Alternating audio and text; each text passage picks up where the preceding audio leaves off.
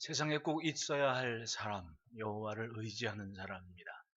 하나님을 의지하는 사람들이 세상을 살 때 하나님은 그들을 통해 반드시 하나님께서 하시는 일을 나타내십니다. 그것이 세상이 하나님을 알게 하는 방법이고 또 하나님의 사람들이 삶의 모든 문제 앞에 승리하는 비결인 겁니다.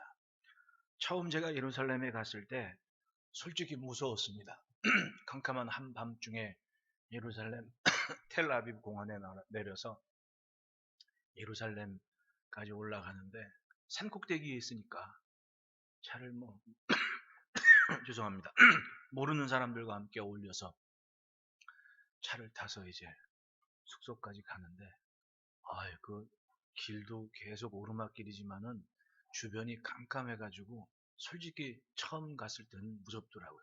게다가 그때 당시만 하더라도 주변에 요즘은 이제 장비역들이 많이 세워져서 좀 비교적 그때보다는 안전한 편이지만 그때 당시만 하더라도 사방에서 막 버스도 터지고 상가에서도 갑자기 폭탄이 터지고 멀쩡히 운행하던 버스가 터져가지고 몇 명이 죽었다는 게 2, 3일마다 계속 신문에 났으니까 오죽했으면 그 가자마자 그 주변에 사는 분들한테 들은 얘기가 예루살렘에서는 버스 기사분들 월급이 제일 비싸대요. 왜냐하면 생명수당이 높아가지고 이게 웃자고 하는 얘기는 하는데 웃음이 나요. 사람이 언제 죽을 줄 몰라가지고 생명수당이 그렇게 비싸가지고 버스 기사들이 회의가 엄청 비싸다고 그런 얘기를 들었거든요. 그게 현실이었어요. 근데 가만히 보면 사람들이 여기에 뭐하러 오나? 그럼에도 불구하고 관광객들은 늘 예루살렘을 와야 돼요. 특히 신앙을 가진 예수 믿는 사람들은. 게다가 그때 당시에 막 문선명이 쓸데없는 소리를 해가지고 자기가 죽으면 예루살렘에서 부활할 거라고 소문을 내가지고 갑자기 통일교 성지순례가 거기 예루살렘에 붐이 있습니다. 웃긴 게 폭탄은 사방 터지는데 통일교 신자들은 그렇게 또 오네요. 야, 그런 생각을 해봤습니다. 도대체 이 땅이 뭐가 그렇게 매력적이길래 전 세계 사람들이 오나? 이유는 다른 게 아니었습니다. 성경이 말하고 또 하나님을 경외하는 이들의 흔적이 여전히 있기 때문에 그곳에 사람들이 방문을 하는 거예요. 처음 다윗이 예루살렘을 이제 이스라엘과 유다의 왕이 되어서 이제 북이스라엘의 장로들이 찾아와 가지고 유다에 있던 다윗에게 우리의 왕이 되어 달라고 요청을 하지 않습니까? 헤브론에서 왕에 올랐던 다윗이 몇 년 후에 한 7년 지난 다음 이제 도읍을 정해야 되는데 그때 도읍을 정한 것이 바로 여부수 쪽이 차지하고 있던 예루살렘이었거든요. 지리적으로 볼 때 제일 중심이었고 12지파에 있는 남자들이 올 만한 딱 알맞는 거리라고 생각을 했는지 모르겠지만은 일단 수도 노릇 하기에는 방어하긴 좋지만 그 외에는 좋은 게 하나도 없는 거예요. 그렇다고 물이 넉넉한 것도 아니고 그래서 성경에 보면 예루살렘, 유다의 이스라엘의 모든 남자들은 정해진 때 절기 때마다 꼭 성전에 오르게끔 못을 박아 두지요. 사람이 오지 왕래가 없으면 쓸모없는 성이 예루살렘인 거예요. 따지고 보면 농사를 지을 수 있어요. 뭐가 있어요? 물자가 전혀 충족되지 않는 곳이 예루살렘입니다. 차라리 지금 텔아비브 같은 경우는 텔아비브라는 것은 텔이 계속 쌓아진 일전 시대 10년이건 100년이건 살다가 성이 허물어지면 거기 이제 먼지 구덩이가 되고 다시 흙을 쌓고 그 위에 성을 쌓고 그래서 텔이 되는 거거든요. 텔아비브는 대대로 비옥한 땅, 블레셋 지역에 또 유럽에서 아프리카까지 이어지는 대로가 형성되어지는 그런 중심지이기 때문에 예나 지금이나 중요한 요충지입니다. 그럼 차라리 수도를 정하고 성을 지을 거면 거기다 했어야죠. 오므리 집안의 아합 집안의 아합의 아버지 오므리가 왜 사마리아 땅을 성을 만들었겠습니까? 역시 마찬가지입니다. 유럽에서 아프리카로 가는 상단을 끌어들일 수 있을 만한 비옥한 교통의 요충지였기 때문에 그 비옥한 땅에다가 사마리아 성을 지은 거거든요. 그렇게 따지면 다윗도 차라리 지금의 텔아비브 지역에 성을 지었으면 참 넉넉하고 풍요로운, 누가 봐도 야 멋있다 할 만한 곳인데 굳이 다윗은 예루살렘 산꼭대기에다가 성을 정한 겁니다. 사람이 갈 만한 곳이 아닌데, 근데 사람들의 발걸음이 끊임없이 이어지고 있습니다. 이유는 뭐겠습니까? 그곳에 하나님을 의지하는 사람이 있기 때문에 그런 거예요. 압살롬이 훗날 아버지한테 반역을 하고 자기가 세를 얻었습니다. 그때 사람들이 생각하는 왕의 이미지가 어땠을 것 같아요? 옛날부터 왕은 뭐 성경으로 볼 때도 유대인들의 분위기에서도 지금 중동 사람들도 수염 기른 사람 어른이잖아요.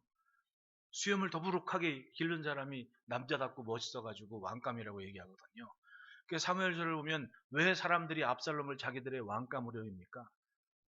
머리도 막 덥수룩하고 막 길어가지고 결국은 그 머리 때문에 죽었잖아요. 머리까지 나뭇가지에 걸려가지고 털이 북실북실하고 그러니까 누가 봐도 왕인 거예요. 그러니까 그 사람이 압살롬이 성문 앞에 딱 앉아 있으면 다 와가지고 재판을 요구하고 그러잖아요. 그때 다윗은 뭐였어요? 다윗은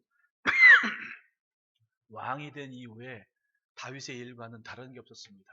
사무엘하서 15장 30절을 보면 항상 다윗이 하나님을 경배하는 마루턱이 있다 그래요. 즉 산마루에 올라가서 항상 하나님께 기도하고 경배하는 그게 다윗의 일상이었던 거예요. 그러니까 사람들 생각에는 맨날 기도, 우리로 얘기하면 맨날 기도만 하고 맨날 예배만 드리고 딸이 하는 게 없는 거야. 압살롬은 가려운 데를 긁어줬죠. 성문에 앉아가지고 매일 문제를 가지고 예루살렘을 찾아오는 사람들한테 답을 주는 노릇을 했던 거예요. 그러니까 민심이 어떻게 돼? 맨날 기도만 하고 앉아있는 다윗에게서부터 자기의 가려운 데를 긁어주는 압살롬에게로 마음이 흩어지게 된 거죠. 바꿔서 얘기하면 다윗은 어느 정도 나라가 안정된 즈음 일상이 하나님께 기도하고 예배하는 일상이었던 거예요. 오죽했으면 사람들이 다윗이 하나님을 경배하는 마루, 그 지역에 대한 이름을 그렇게 붙였을까요? 그렇게 되면 항상 다윗은 어디 갔어? 그럼 저기요. 감람산 마루턱에서 항상 하나님께 기도하고 예배하고 있다. 오죽했으면 도망가는 길에도 거기에 들러서 하나님께 경배를 하고 도망을 갔겠냐고. 그만큼 다윗이 하나님을 의지했던 거예요. 그 의지하는 믿음을 가졌더니 하나님은 다윗이 있는 그 성을 지켜주시고 보호하시고 항상 함께 하시는 모습을 보여줬던 겁니다. 본문에 다윗은 그걸 고백하고 있습니다. 1절, 2절 말씀 보면 같이 읽어보겠습니다. 시작. 여호와를 의지하는 자는 시온산이 흔들리지 아니하고 영원히 있음 같도다. 산들이 예루살렘을 두름과 같이 여호와께서 그의 백성을, 사방이 산으로 에워싸인 곳이 바로 예루살렘이었습니다. 말 그대로 천연의 요새였죠. 정복하기 힘들어서 사울 왕도 어떻게 하지 못했던 것을, 여부수 쪽의 성을 다윗이 끝내 정복을 했지 않습니까? 그 말은 뭐 수십 년 동안 아무리 이 자기들의 조상들이 수백 년 전에 가나안 땅을 차지했어도 그 산꼭대기 여부수 쪽은 어떻게 하지를 못했던 곳이라는 거예요. 그런데 기어이 다윗이 그곳을 차지했던 겁니다. 그리고 그곳을 도읍으로 정하고 다윗의 소망은 그 산봉우리 가운데 지금 복음서에 보면 성전산이라고 얘기한 구약 성경에는 모리아산이죠. 아브라함이 이삭을 제물로 바쳤던 그곳에 성전이 세워지기를 갈망하면서 못 하나까지 준비했다는 얘기예요. 감람산 자락에서 지금 우리 얘기한 감람산의 그 여호와를 경배하는 마루턱에서 시온산을 바라보면서 항상 저곳에 성전이 세워지기를 마음에 갈급하는 마음으로 기도를 했고 준비했다는 거 아니에요. 그것이 곧 다윗이 하나님을 의지하는 신앙이었던 겁니다. 굳이 든든한 성벽이 아니어도 그 자체로만으로도 북쪽에는, 우리 한번 지도 한번 띄워줄래요? 유재욱 선생님, 재혁씨 지도 보면은 예루살렘 성이 이렇게 지어질 때 그 성이 위치한 자체가 모리아산 그리고 감람산 시온산에 둘러싸여 있는 겁니다. 근데 지도에 나오지 않았지만은 북쪽으로는 갈멜산 자락이 또 길게 이어지고 있는 거예요. 그러니까 위치상 외부의 침략으로부터 안전한 위치가 바로 저것이었고, 그곳에 맨날 올라가서 기도하고 그것을 바라보던 다윗은 이것이 곧 하나님이 우리를 둘러셔서 지켜 보호하시는 것이 아니냐라는 믿음의 고백을 했던 거예요. 저도 군 생활을 할 때 산꼭대기에 있었는데, 이 서쪽에 있는 산꼭대기는 작은 언덕들 같은 산들이 많거든요. 근데 동트기 전 새벽에 근무할 때는 산꼭대기에 딱 있으면 구름, 운해라 그러죠. 구름이 산자락을 다, 그 근처 산자락을 다 덮어가지고 보이는 것이 뾰족뾰족한 산봉우리 몇 개만 보이는 거예요. 저는 혼자 찬양하죠. 주 하나님 지으신 모든 세계, 주님의 높고 위대하심을 찬송하다 보면 어느 틈엔가 저 오설리 쪽에서 해가 착 떠오르면서 날이 밝아오고, 아마도 감람산 자락 하나님을 경배하는 마루턱에서 항상 기도하면서 다윗은 그걸 보지 않았겠습니까? 동트기 전 산자락 운해가 착 깔려 있고, 그리고 마치 그렇게 어둠이 거쳐가고 동이 털떡 어둑어둑하게 보이는 그 산자락을 보면서, 우리가 몰랐지만, 보이지 않지만 하나님은 이렇게 우리를 둘러서 겹겹이 우리를 보호하고 계셨구나라는 찬송과 기도와 고백을 하고 있었던 거예요. 그래서 저는 이 2절 9절을 참 좋아합니다. 보십시오. 산들이 예루살렘을 두름과 같이 여호와께서 그의 백성을 지금부터 영원까지 두르시리로다. 그러므로 아무리 험난하고 힘든 시대를 살아도 하나님의 자녀가 하나님의 것이라는 분명한 정체성만 가지면요, 하나님은 그들이 사는 땅을 지키시고 그들을 보호하시는 거예요. 세상을 보십시오. 인간성 상실의 시대라고 그러지 않습니까? 사람이 사람됨을 잃은 시대가 되고, 이제 뭐 사람 죽이고 이런 거는 우스워요. 멀쩡히 보이는데 어쩌면 그렇게 멀쩡한 사람이 세상 악한 사람이 되어버리고 맙니까? 네? 과연 이게 어제 오늘의 이야기입니까? 이미 창세기 때부터 그랬잖아요, 사람. 오죽했으면 하나님께서 물로 세상을 심판하실 수밖에 없는 그런 정황이 됐겠냐고. 또 창세기 13장 보십시오. 소돔과 고모라의 이야기를 보십시오. 롯이 하나님의 사람들을 자기 집으로 들였습니다. 그때 소돔성에 있는 사람들이 뭐라 그래요? 롯의 집 문을 두드리면서 그 사람들 우리 밖으로 내보내라고, 우리가 그들을 상관하겠다고, 간섭하겠다고 라고요. 원어에서는 그 상관, 간섭이라는 이야기가 뭐냐면 성적인 희롱을 얘기하고 있거든요. 동성애예요, 동성애. 창세기 때부터 그랬다는 얘기예요. 오죽했으면 그곳에 불을 내려서 세상을 심판하셨겠냐. 롯의 가정만 구출하고 그것을 싹 다 태워버린 겁니다, 하나님께서. 그래서 지금 보십시오. 동성애를 합법화하라고, 동성애에 대한 설교를 하면 금지라고, 인권 때문에 안 된다고 이야기해요. 동성애 축제는 서울 한복판에서 허구한 날 해 제끼고 있고, 세상이 이렇게 돼버렸지 않습니까? 인간성 상실이라는 게 다른 게 아닙니다. 사람이 사람됨을 포기해버리는 일들이 곳곳에 등장하고 있는데, 그걸 이제는 당연시해야 되는, 그걸 오히려 보호해주는 그런 때가 돼버리고 말았다. 얼마나 슬퍼요. 그때 세상을 심판하셨던 하나님의 마음은 오죽 속 터지시겠냐. 세상에 누가 있어야 됩니까? 하나님 의지하는 인생들이 아니면 벌써 세상은 불에 더 없어지고 말았을 거예요. 아브라함의 간구를 보십시오. 하나님, 50명 있으면 어떡하실 건데요? 내가 그 성 살려줄게. 그럼 5명 빠진 45명은요? 45명 있어봐라. 내가 그 성을 멸하지 않을 거다. 하나님, 10명이 있으면요? 그래, 내가 10명 때문에 소돔을 내가 멸망시키지 않을 거다. 그 기억을 가지신 주님이 지금 보시면 어떻겠냐고요. 여기 앉아서 예배하는 사람들만 해도 몇 명인데 하나님은 여러분 때문에 참아주시는 거예요. 세상이 어떠하든 하나님 의지하는 사람들이 살고 있기 때문에 하나님은 지금도 기회를 주시는 겁니다.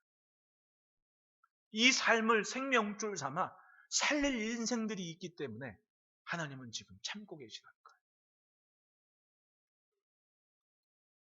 따라합시다. 성경을 덮으면 기독교가 아니다. 항상 우리는 하나님의 말씀을 붙잡고 사는 삶을 지켜내는, 그것이 하나님 의지하는 믿음의 고백이에요. 그것만 있으면 그 다음은 하나님이 하십니다. 보십시오. 하나님의 말씀과 이상이 희귀한 시대에 하나님은 묵묵히 지켜보셨다가 정말 답답하고 막힌 상태에서 하나님을 붙잡았던 한나라는 여인을 통해서 사무엘은 아이를 이 땅에 보내주셨습니다.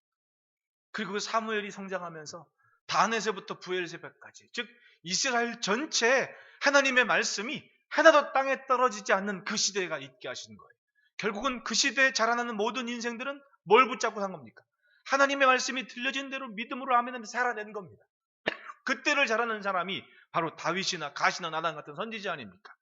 그들이 장성했을 때, 그들이 젊어져 성장했을 때 어떤 일이 벌어집니까? 자기들이 자라면서 지켜봅니다. 야, 이 나라를 사람이 지키는 게 아니었구나, 하나님이 지켜주셨구나 라는 거죠. 왜?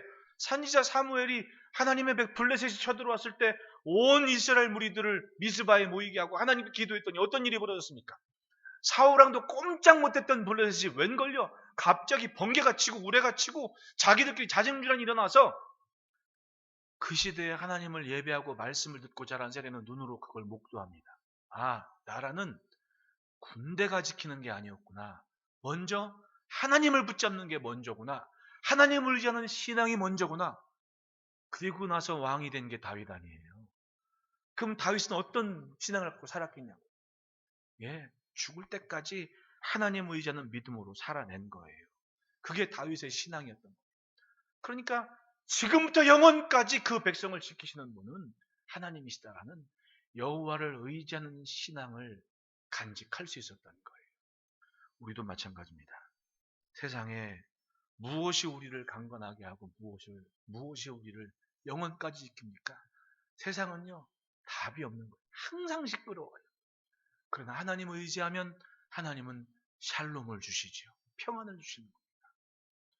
사업도 또 직장도 자녀도 마찬가지. 우리 경험하지 않습니까? 예, 언젠가 하나님은 우리에게 분명히 물으시는 시간이 있을 겁니다. 예, 자녀들요, 하나님은 분명 이 세대의 부모들에게 물으실 때가 있을 겁니다. 네가 그 자녀를 키울 거냐 아니면 내가 키워줄까? 그때 우리는 분명한 답을 가져야 됩니다. 분명한 헌신과 분명한 고백을 가져야죠. 내 자녀는 내가 아닙니다. 하나님이 키우셔야죠 라는 결단의 시간이 있어야 될 거 아닙니까? 사업하는 분도 마찬가지죠. 네가 하는 거냐 내가 하는 거냐라고 물으실 때 이건 하나님이 하시는 거 아닙니까? 라는 분명한 결단과 각오가 보여질 때가 있지 않습니까? 그렇게 살아왔기 때문에 오늘이 있는 거예요. 그렇게 살아왔기 때문에 주의 말씀 붙잡고 의지하는 신앙이 분명하면 하나님은 그 땅을 반드시 지켜주시는 겁니다. 그래서 사람다운 사람이 살아야 돼요. 사람다운 사람이 있을 때 하나님의 은혜와 보호하심이 그 사람다운 사람은 하나님을 알고 하나님을 인정하고 하나님 보시기에 좋은 사람. 우리 그 삶을 지킵시다. 그러면 하나님이 보호하시는, 하나님이 나타내시는 그 증거가 보입니다. 첫째 따라 합시다. 하나님은 영원하시다. 1절에 고백합니다. 여호와를 의지하는 자는 시온산이 흔들리지 아니하고 영원히 있음 같도다.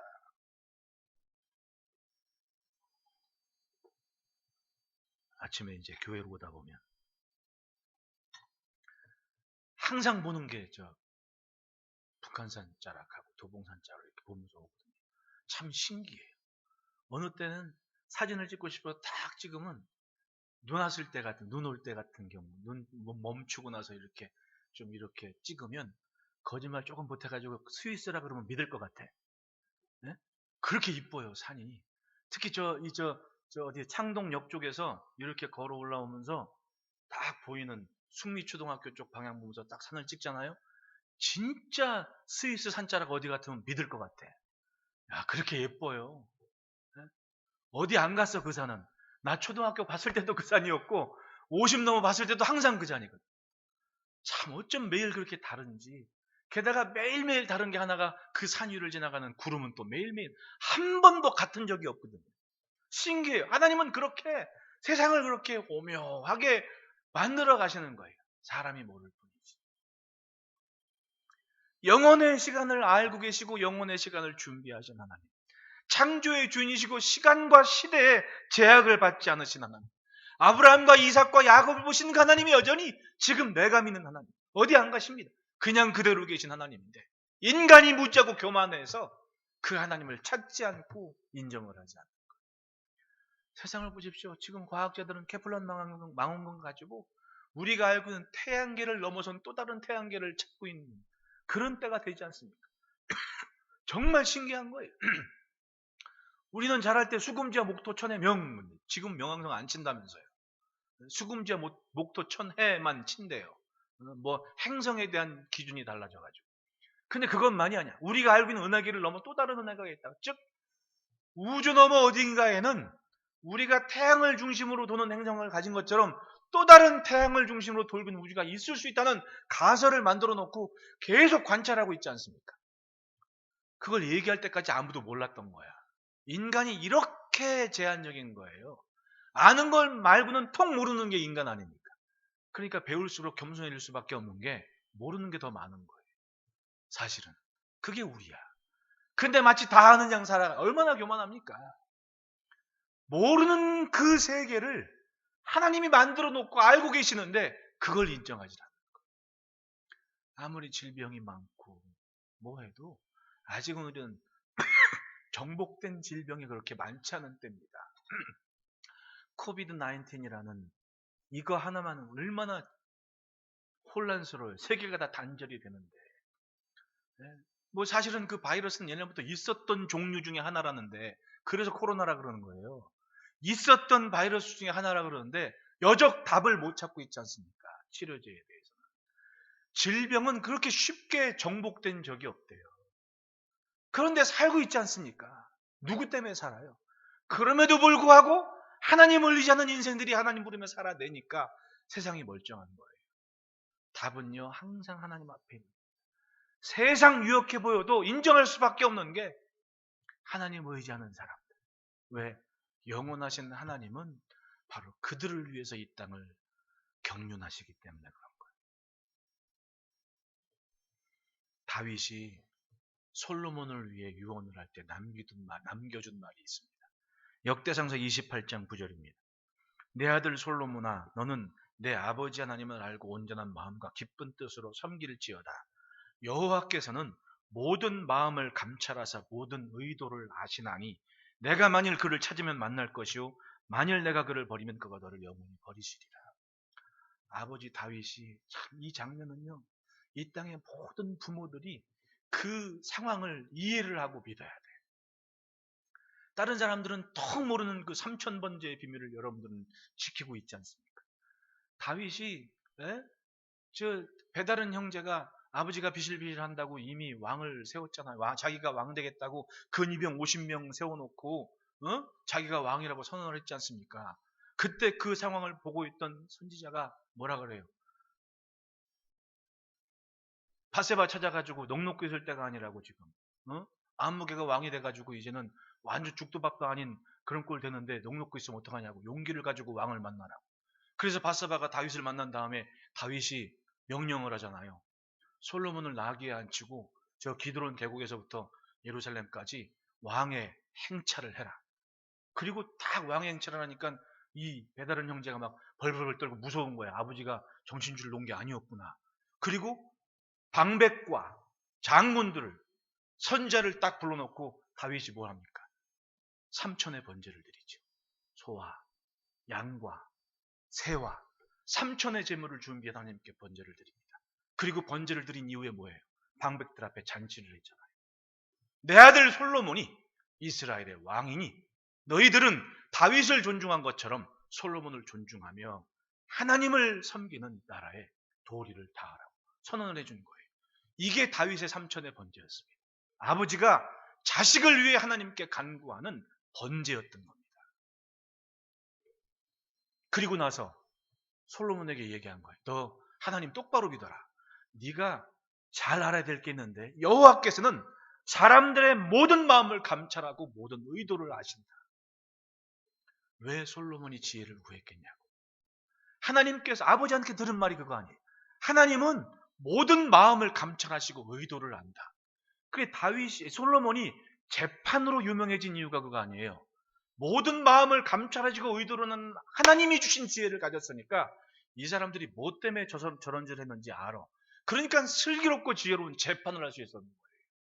다윗이 남겨준 것은 재물이 아니었습니다.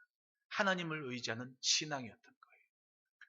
그래서 자기가 왕이 되어서 아버지 없고 왕 됐을 때 불안하고 혼자 딱 남았을 때 솔로몬이 뭐 한 거예요? 소 1천 가지고 1천의 번제를 드리겠다고 기도로 나간 거 아니에요. 3천의 번제를 드린 아버지의 모습 보고 자기의 문제를 가지고 1천의 번제를 하나님께 드렸던 거예요. 그래서 정말 지혜롭게 믿음 생활하는 사람은 이 3천의 번제와 2천의 번제를 가지고 하나님 앞에 자기의 삶을 맡길 수가 있는 겁니다. 왜? 영원하신 하나님이니까. 다 이게 성경적인 유래예요. 세상을 보십시오. 노아의 시대처럼 사람들이 육체가 됨이라 하나님을 볼 수 없고 하나님을 보이지 않는 시대를 살아갑니다. 그렇다고 자기들이 주인인 양 마음대로 살아갑니다. 똑같습니다. 노아가 방주를 만났던 그 시대도 마찬가지고 하나님의 말씀을 믿고 가나안으로 이주한 아브라함이 살았던 때도 마찬가지고 하나님 의지하는 신앙으로 사는 건 세상으로 볼 때는 정말 유약해 보이고 말도 안 돼 보이는 거예요. 아브라함이 얼마나 불쌍해요. 하나님 의지하는 것 하나밖에 없어서 가나안 땅 왔는데 자기 부인이 너무 이쁜 거야. 어? 어? 나도 내 부인이 정말 이뻐. 그게 불안한 거야. 세상 사람들이 어떻게 할지. 예? 그러니까 사랑한테 뭐라 그래. 여보, 당신이 이제 앞으로 여기 살면서 내 누이라고 하시오.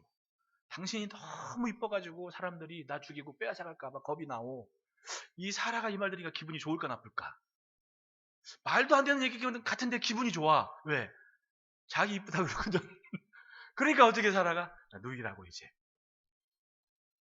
아니나 다를까 바로가 홀라당 사라를 데리고 갔잖아요. 안 그랬으면 죽이고 갔을 거 아니냐. 그런데 하나님은 참 신기해요. 내가 꿈을 안 꿔도 저가 꾸게 하잖아. 아브라함 꿈 안 꿨어요. 누가 꿨어요? 바로가 꿈을 꿨는데 하나님이 나타나가지고 너 사라한테 머리털 하나만 건드려봐도 내가 네 집안을 박살낼 줄 알아라고 꿈에 바로 꿈에. 네? 그냥 꿈꾸고 뭐하고 그 자랑할 일 아니야. 내가 안 꿔도 남이 다 꿔. 뭐만 중요해? 하나님 의지하는 삶만 잘 지키면 되는 거예요. 그럼 알아서 다 꿔. 그러면 바로가 온갖 재물을 다 주고 아브라함을 내보내주지 않습니까? 뭐 때문에 그런 거예요? 영원하신 하나님은 창세 이후로 세상을 살며 하나님 의지하는 사람들을 보고 계셨기 때문에 그만큼은 역사해 주실 마음이 생겼던 거지. 그러니까 하나님이 영원하신 하나님의 은혜와 응답을 아브라함에게 주신 거예요. 걱정하는 모든 것들이 걱정이 아니게 만들어 주시지 않습니까? 할렐루야. 마찬가지입니다. 하나님은 하나님을 의지하는 인생을 부끄럽게 하지 않습니다. 따라합시다. 의지하는 인생을 부끄럽지 않게 하신다. 그때 하나님은 여전히 우리 하나님이십니다. 세상을 하나님의 약속과 말씀 의지하며 사는 인생들을 결코 부끄럽지 않는 영원히 계신 같은 하나님이 우리를 지켜주실 줄 믿습니다. 그러니 하나님은 보이지 않아도 하나님 앞에 사는 삶을 지켜갑시다. 그러면 바로 그런 삶으로 인해 하나님은 세상의 하나님의 평안을 맛보게 하십니다. 그들을 통해 하나님의 은혜를 나타내 주시는 거예요. 둘째로 따라합시다. 겹겹이 지켜주신다. 다시 2절 보십시오. 산들이 예루살렘을 두름과 같이 여호와께서 그의 백성을 지금부터 영원까지 두루시리로다. 말씀드렸듯이 산마루턱에서 촥 산들을 보면 이게 얼마나 신기합니까? 아무것도 없는 척박한 땅인데 하나님은 때를 따라 사람을 보내고 하나님 의지하는 사람들 때문에 아프리카에서도 예물을 싸들고 오지 않습니까? 솔로몬 때를 보면. 그러니까 상황과 지리적인 위치가 문제가 아닌 거예요. 그 땅에 누가 어떻게 살고 있는지. 마찬가지입니다. 의인 10명만 있어도 소돔을 멸망시키지 않겠다 하신 하나님은 지금도 여전히 하나님 붙잡고 사는 인생들 때문에 세상을 지키시고 버티게 하시고 또 이끌어 주시는 거예요. 사랑하는 만큼 참아내는 게 많지 않습니까? 사랑하는 만큼 참아내는 게 많은 거예요. 요즘 가만히 보니까 그런 생각이 들어요. 사랑하니까 참아내셨구나. 하나님이 우리를 참고 계시는 거예요. 우리도 사랑하니까 참고 버티는 거예요. 우리가 하나님 사랑하니까 참고 버텨낸 것이 얼마나 많아요. 힘겹고 사람은 인생이 그렇지 않습니까? 인생 자체가 사랑 때문에 참고 버틴 게 많은 거예요. 주님 사랑 때문에 참고 버틴 게 많고.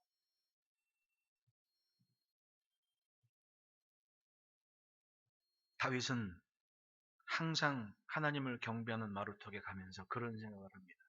아, 하나님께서 우리를 이렇게 겹겹이 에워싸고 우리를 지켜주시는, 그래서 안전한 거구나.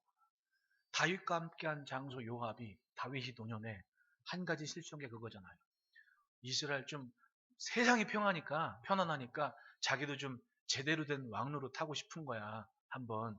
왜냐면 자기가 정복한 나라의 왕들을 보면 막 왕관도 쓰고 있고 막 그러니까, 아, 나도 좀 그럴만 하지. 그래 요압한테 너 전국 돌아다니면서 이스라엘 남자들 한번 수 좀 세봐. 그 남자들은 뭐예요? 군대에 싸움에 나갈 만한 사람들의 수를 세는 거거든요. 그게 민수기의 의미도 그거 아니에요. 싸움에 나갈 만한 사람 수를 센 게 민수기. 다윗도 그걸 하고 싶었던 거예요. 그러니까 광야 시절 아둘람 굴에서부터 다윗의 장군 역할을 했던 요압이 다윗한테 뭐라고 얘기해요? 뭐 때문에 요압이 다윗 것을 그렇게 지킨 거예요? 절박한 시간, 힘겨운 때 늘 하나님 의지하며 노래하는 다윗을 보니까, 아, 나도 저만큼은 믿어야지.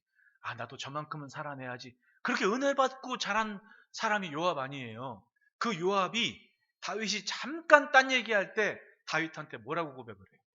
왕이시여, 나라가 위급할 때 쳐들어온 적군들보다 하나님은 우리에게 100배나 많은 군사를 보내셔서 지키실 텐데 뭐가 아쉬워서 지금 사람 수를 세려 하십니까? 라고 요압이 충심 어린 말을 다윗에게 하죠. 바꿔 얘기하면 요압이 장군임에도 불구하고 사람 수에 연연하지 않을 만큼의 믿음을 가진 원인이 어디에 있습니까? 정말 배고프고 힘든 시절 하나님 의지하고 살아낸 다윗에게 은혜를 받으니까 그만한 믿음이 생긴 거 아니에요. 예? 훗날 자기 동생하고 아람군하고 모압군하고 싸우러 나갈 때, 야 동생아, 수는 적어도 군대를 나누자. 우리의 싸움은 사람 수에 있는 것이 아니라 하나님께서 도우실 거 아니냐. 딱 상황 봐서 여찬저찬 하나님이 도우시면 우리가 합하면 되니까 걱정하지 말고 우리 헤어지자 라고 할 만큼 요압이 믿음의 고백을 할 수 있었던 이유가 뭐냐고. 자기의 주군이었던 다윗을 통해서 하나님 의지하는 믿음이 뭔지를 배웠기 때문에 가능하지 않겠습니까? 우리도 마찬가지예요. 다윗의 신앙은 바로 그거였던 겁니다.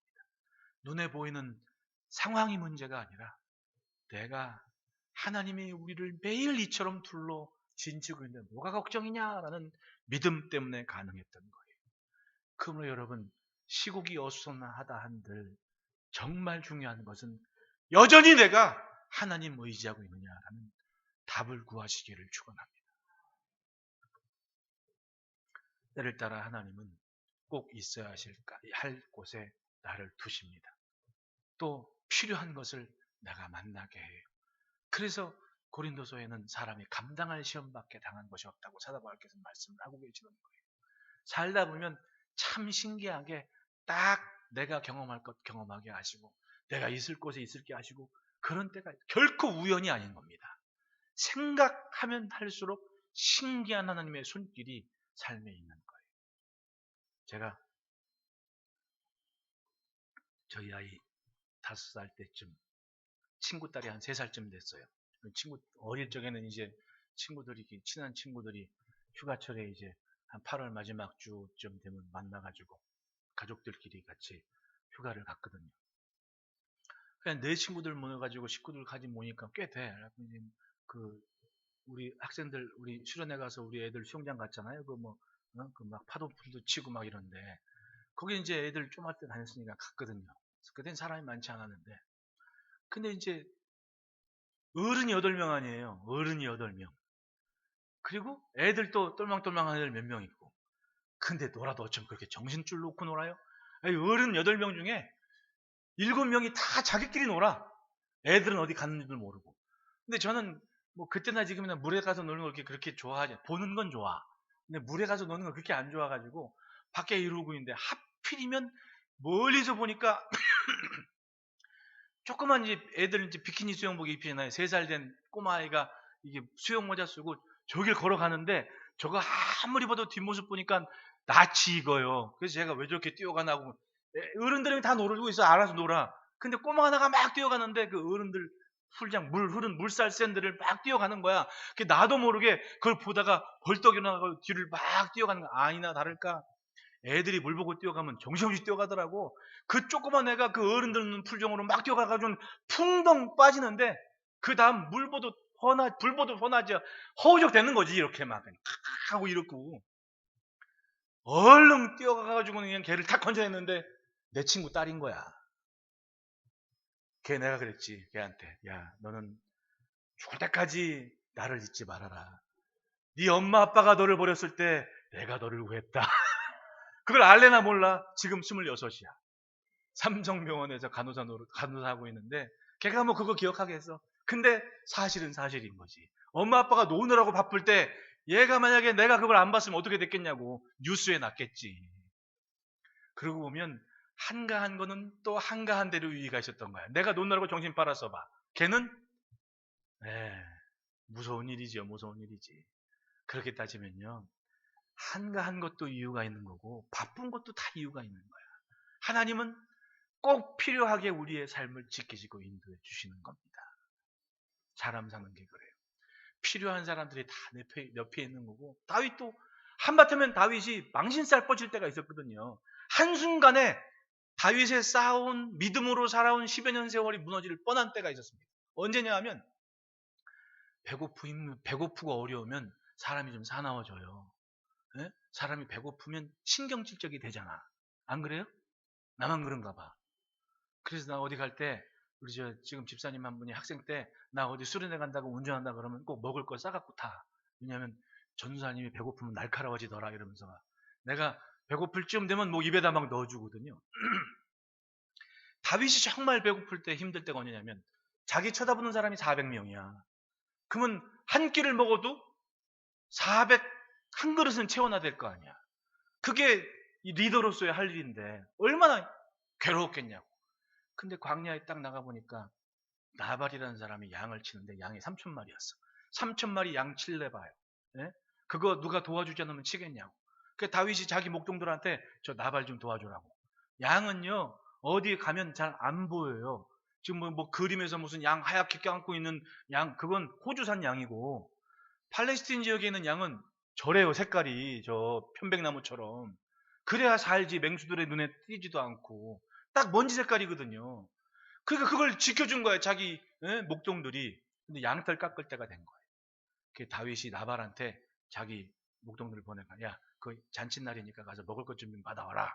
그게 갔거든요. 나발이 뭐라 그래? 잔칫날 그렇게 양 지켜주고 함께 수고한 사람들이 있는데 다윗을 모욕하지 않습니까? 부하들 앞에서. 다윗이 도대체 어떤 놈이냐? 이러면서 엄청나게 모욕을 한 거예요.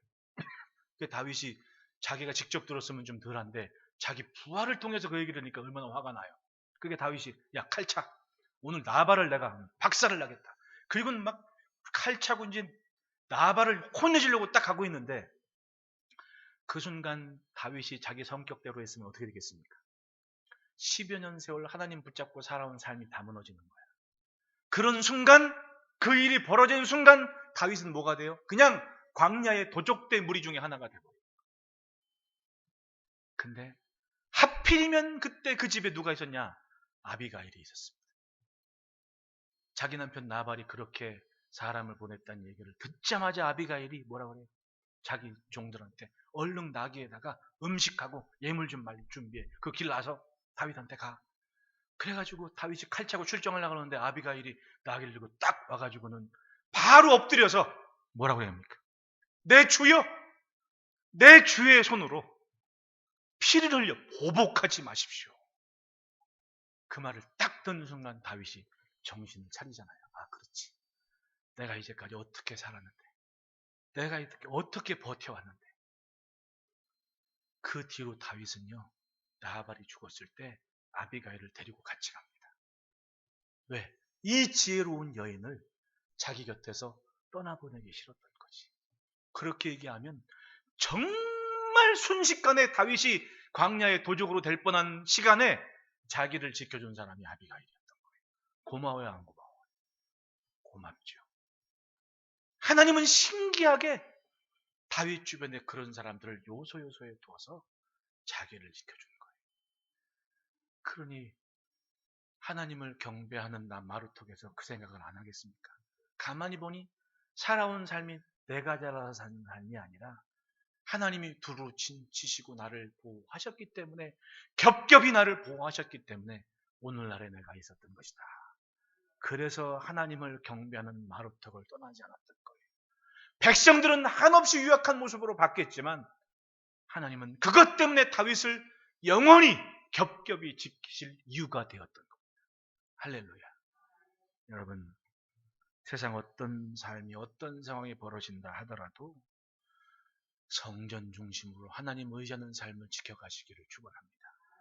그래서 솔로몬이 성전 지은 후에 하나님께 기도를 하지 않습니까? 열왕기상 8장 29절에 주께서 전에 말씀하신 내 이름이 거기 있으라 하신 곳이 이 성전을 향하여 주의 눈이 주야로 보시며 주의 종이 이것을 향하여 비는 기도를 들으시옵소서. 아들 솔로몬이 아버지처럼 하나님 의지하는 중심의 고백을 가지고 성전 지어진 다음에 간청을 했고 하나님은 그의 응답을 하십니다. 역대하서 7장 16절에 이는 내가 이미 이 성전을 택하고 거룩하게 하여 내 이름을 여기에 영원히 있게 하였음이라. 내 눈과 내 마음이 항상 여기에 있으리라. 할렐루야. 이게 성전의 의미예요. 저는 믿습니다. 성전에 올라 기도하는 이들, 성전을 품고 간구하는 삶을 놓지 마시고 속히 응답해 주십시오라는 것이 종의 기도예요. 지금도 보면 얼마나 예쁘게 성전 중심으로 살아요, 우리가.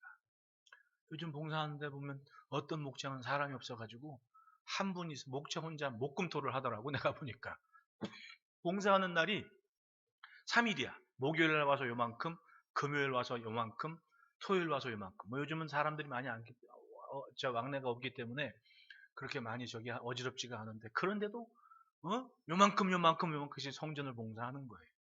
참 그게 그냥 여느 집 같으면 하겠냐? 여느 집 같으면 그냥 로봇 하나 딱 해놓으면 될 거 아니야. 우리 교육관 2층처럼. 그거 잘하대. 근데 직접 땀 흘리고 수고하시면 왜? 보십시오. 내 눈과 내 마음이 항상 여기에 있으리라. 집인들 그렇게 하겠냐고. 그런데 성전이니까 직접 땀 흘리고 수고하며 마음이 있는 이곳에, 나는 그렇게 믿어요. 사람도 감동하는데 하나님인들 오죽하시겠냐. 하나님의 눈과 마음이 여기에 있는데 성전을 향하는 것이 하나님 의지하는 믿음인 줄 믿습니다. 겹겹이 둘러진 주는 하나님의 은혜가 여러분들의 삶의 응답으로 이어지기를 축원합니다. 마지막으로 따라합시다. 악인의 권세가 닿지 못하게 하신다. 하나님 의지하는 인생에 있는 땅은 하나님이 지키십니다. 3절에 악인의 규가 의인들의 땅에서는 그 권세를 누리지 못하나니. 악인이 아무리 권세 있는 왕이라 하더라도 의인들의 사는 곳을 어찌하지를 못하는 겁니다. 왜?